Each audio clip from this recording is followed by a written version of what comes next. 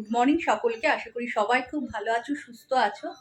এখন বেরোচ্ছি হচ্ছে তুতানের পিটিএম আছে, তাই জন্য সকালবেলা এখন যেতে হচ্ছে। সকালবেলা উঠে বেডশিট টেডশিট যেগুলো চেঞ্জ করা সেগুলো করে ঘর ফর পরিষ্কার করে যাচ্ছি। রান্নার দিকে কিচ্ছু হয়নি, এসে আবার করবো। আবার 1:30টার সময় আবার যেতে হবে। ওর একটা কালকে ফাংশন আছে, কাল রিহার্সাল চলছে, তো তার জন্য আবার যেতে হবে। মনটা ভীষণ খারাপ, কি হয়েছে এসে পরে বলবো। কিন্তু যা প্রত্যেকটা কাজই তো আমাদের ডিউটির মধ্যে যেগুলো সেগুলো করতেই হবে, সেই জন্য এখন যাচ্ছি। যাই, তারপরে এসে আবার কথা হবে।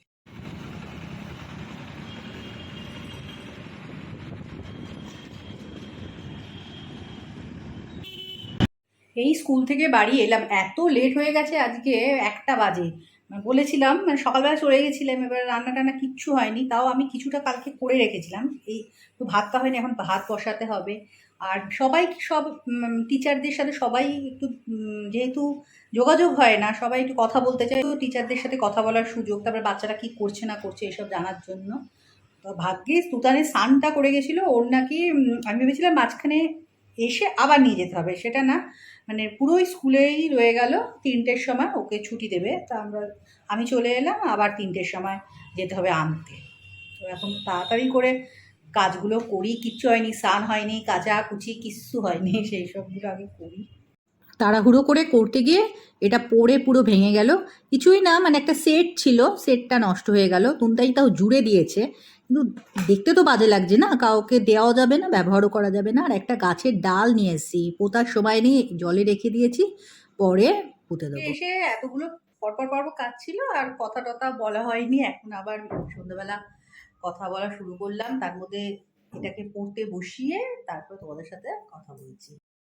এখন বানাচ্ছি রাত্রিবেলার জন্য আলু ভাজা, আর একটা সাদা আলু তরকারি করব লুচি দিয়ে খাওয়ার জন্য। তো এখানে বসে প্র্যাকটিস সারছে, হয়ে যাক ফাইনাল, তারপরে দেখাবো কেমন হলো। একদিন ইচ্ছে করেই সাদা আলু তরকারিটা করেছিলাম, তারপর থেকে ছেলে আর বাবার খুব পছন্দ, তাই জন্য আজকে করছি। আর এখন আমি ওকে হলুদটা দিচ্ছি না, 2 দিন ধরে হলুদের রান্না, তা একটু ভেবেছি লঙ্কার গুঁড়ো দেবো, দেখবে একটু না হলে কালার, না হলে একদম সাদাটা কেমন লাগে। কিন্তু আমার হাত থেকে ধপ করে অনেকটা লঙ্কার গুঁড়ো পড়ে গেছে, কী জানি ঝাল হবে কি। আর লুচির সাথে বেশি ঝাল তরকারি খেতে ভালো লাগে না। আসার সময় সিঙ্গারা নিয়ে এসছে, এবার একটু মুড়ি মাখি, সবাই মিলে সন্ধ্যাবেলা একটুখানি আছি যখন খাওয়া হবে। মুড়িটা দেখবে সন্ধ্যাবেলায় সবাই মিলে থাকলে খেতে ভালো লাগে, তাই না?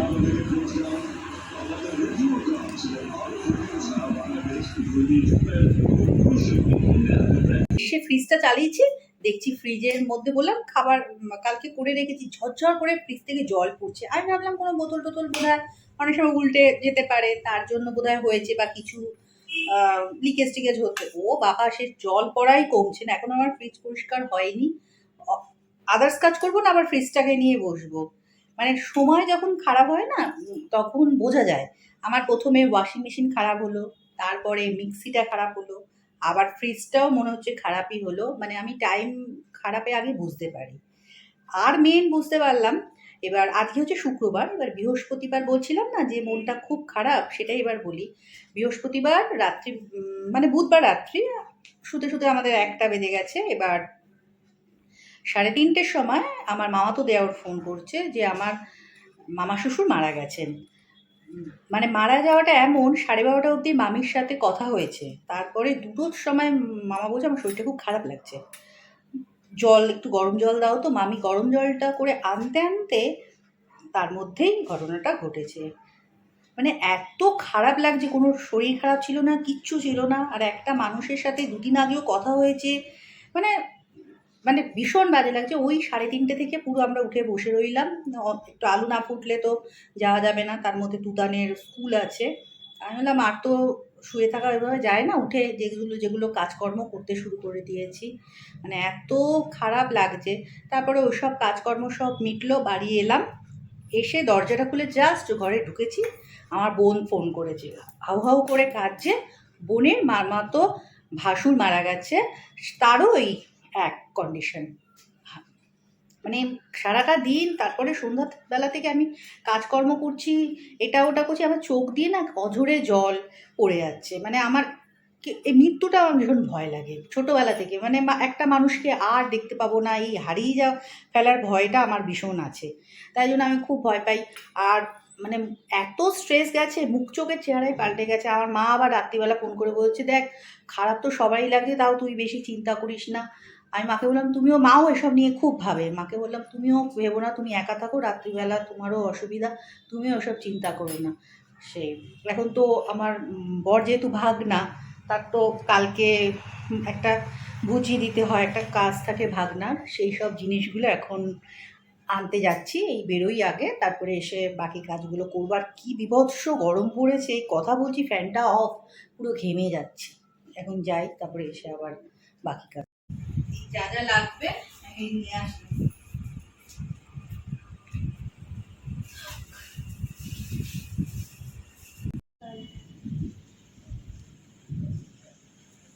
বৃষ্টি নেমেছে, বাজ পড়ছে, মানে বাজ পড়ছে না, মেঘ ডাকছে। কালকে তুতানের আবার নাচের ফাংশন আছে, তো এই ফলস পার কিনতে হয়েছে, ফলস পারগুলোকে একসাথে জোড়া করতে হয়েছে। সেলাই করার আমি টাইম পাইনি, স্টেপল করে দিয়েছি। এইবার বলছে যে এই সরু হবে না, একটু চওড়া করতে হবে, আবার এটাকে খুঁজতে হচ্ছে।